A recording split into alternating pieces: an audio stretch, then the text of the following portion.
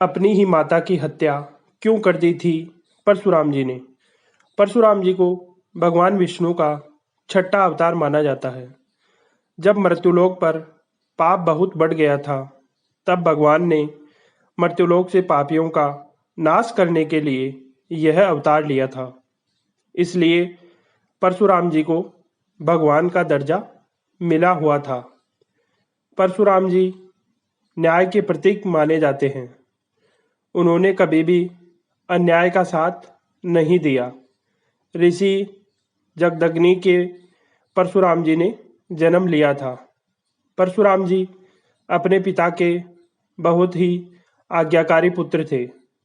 परशुराम जी की माता का नाम रेणुका था। एक बार क्या हुआ, परशुराम जी की माता रेणुका एक तालाब में स्नान करने गई हुई थी। उसी तालाब में राजा चित्ररथ नौका से विचरण कर रहे थे। तो रेणुका ने राजा चित्ररथ को देखा तो उनके राजाशाही ठाठ को देखकर उनके मन में विकार उत्पन्न हो गए। अब क्या होता है, जैसे ही वह आश्रम पर पहुंचती है तो वह विकार भी मन में साथ पहुंच जाता है। लेकिन परशुराम जी के पिता ऋषि जगदग्नि बहुत ऊंचे संत थे, तो उनको अपनी पत्नी रेणुका के मन के विकार का पता चल गया। तो वह बहुत ही क्रोधित हो गए और उन्होंने अपने पुत्रों से कहा कि अपनी माता का सर धड़ से अलग कर दो। तो किसी ने भी ऐसा नहीं किया और वह सब सोच में पड़ गए कि क्या करें, माता ने क्या अपराध कर दिया।